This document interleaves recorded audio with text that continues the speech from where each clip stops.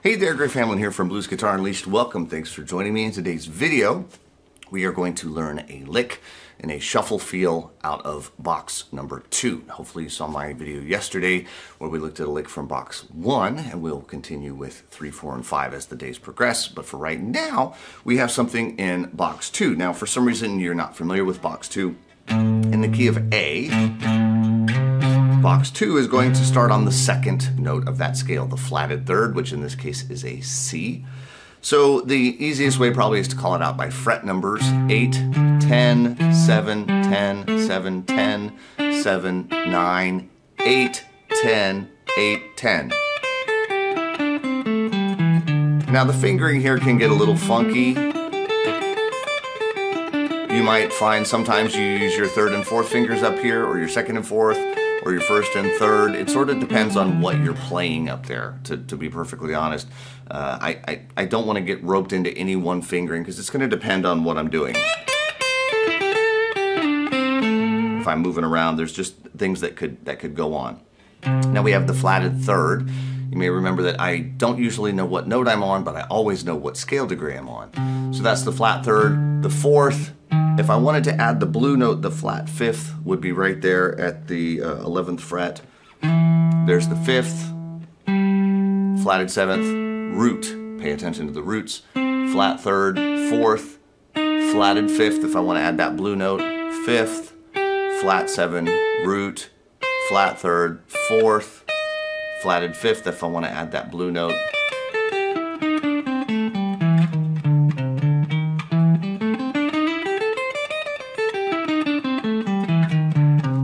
And again, I have a hunch most of us are probably all familiar with that, and that's fine, but just in case, some people have different numbers for different boxes. I just want to make sure we're all talking about the same thing. Okay, so now that we got that done, let's take a look at the lick.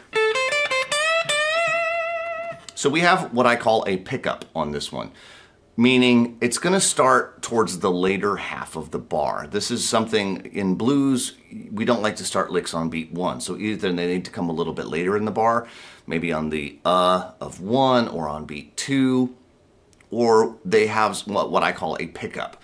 So we're going to start here on the of 3 at the root. 1 and 2 and 3 and and if you call it triplet, it would, 1 triplet, 2 triplet, 3 triplet. This would be the let. Doesn't matter what you call it, it's all the same. We have our root and then 4 and Now I did that with a hammer on. Again, you can hammer on or pull off however you see fit. Flatted third to the fourth to the flatted third again. So 3 and 4 and 4 and then 1 and 2 and 3 and 4 and And so what you're going to do is you're going to have this big bend. We're going to bend the fourth up to the fifth, and we're going to do it again. So 1 and 2 and 3 and 4 and we're just going to hold it there. This is a move that I commonly call the big bend, and it is something that all the great blues players do. Across the board, I hear great blues players play these big bends and they just hold them out, and I hear students do it almost never. So if I can get one of these big bends into a lick and start making it a part of your vocabulary, then I'm doing something good today. Okay, it is a great sound. It can be challenging to hold that note. I get that, but this is something that you should be able to do. Now, if you can bend that up and you can hold it for the 4 beats, you can start thinking about adding a little sugar, a little vibrato. And the way I'm doing that is by releasing ever so slightly and then pushing back. And after a while that gets really comfortable, and then you can start to speed it up. It's not something that I would suggest that you take an inordinate amount of time with. To be perfectly honest, this is the kind of thing that will pretty much develop on its own. When your hand is really comfortable making that bend and holding it, and you kind of mess around with the vibrato a little bit, it usually comes in fairly quickly. It's usually not the kind of thing that takes a lot of practice. You have the technique, you just sort of need to decide how you want it to sound.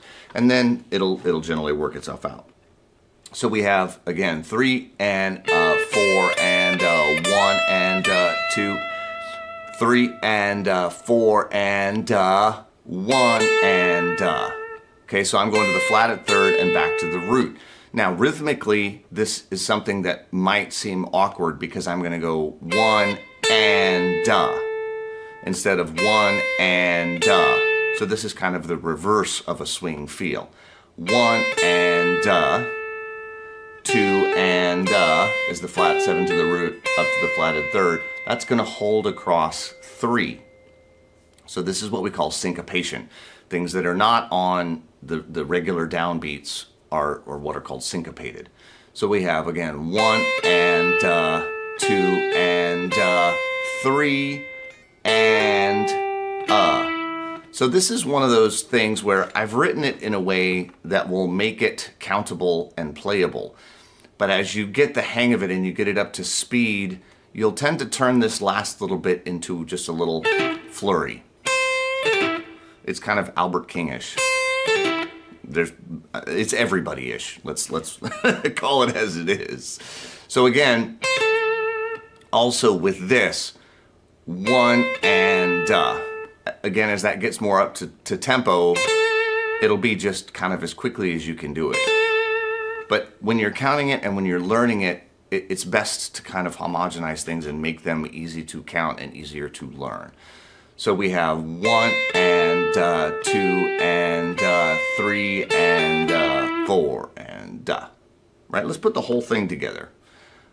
2 and 3 and 4 and 1 and 2 and 3, 4 and 1 and 2 and 3 and 4. A little bit quicker.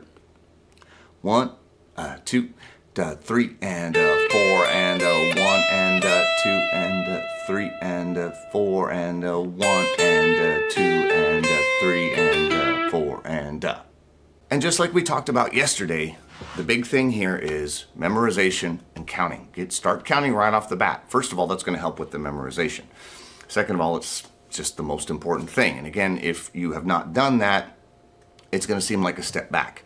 And there is a tempo at which you can do it. It just might be very, very, very slow. And I encourage you to go ahead and get over that hump. Just do it now. You're only going to have to do it once. So many of my students have no idea how to count, and it really does, radically transform your playing. It just does. If you get to the point where you know what beat everything is supposed to fall on, and then you just kind of get this great inner clock, and it really does. It changes everything, and it makes everything easier to learn. So please do that. Please memorize it as soon as you possibly can, right? Get off the page. First, as soon as you even think you can, get off the page. Get to where it's not memorized, or get to where it's not something you have to look at, where it is memorized. Again, likening it to a child learning to talk, we don't read what we want to say off the page, right? We just say it. So when you think you've got it at a comfortable tempo, here's what it would sound like over the jam track. 1 and a 2 and a 3 and a 4 and a 1 and a 2, 3 and a 4 and a 1 and a 2 and a 3 and a 4 and a 2, 3, 4 and a 1 and a 2 and a 3 and a 4 and a 1 and a 2 and a 3 and a 4, a 2, 3.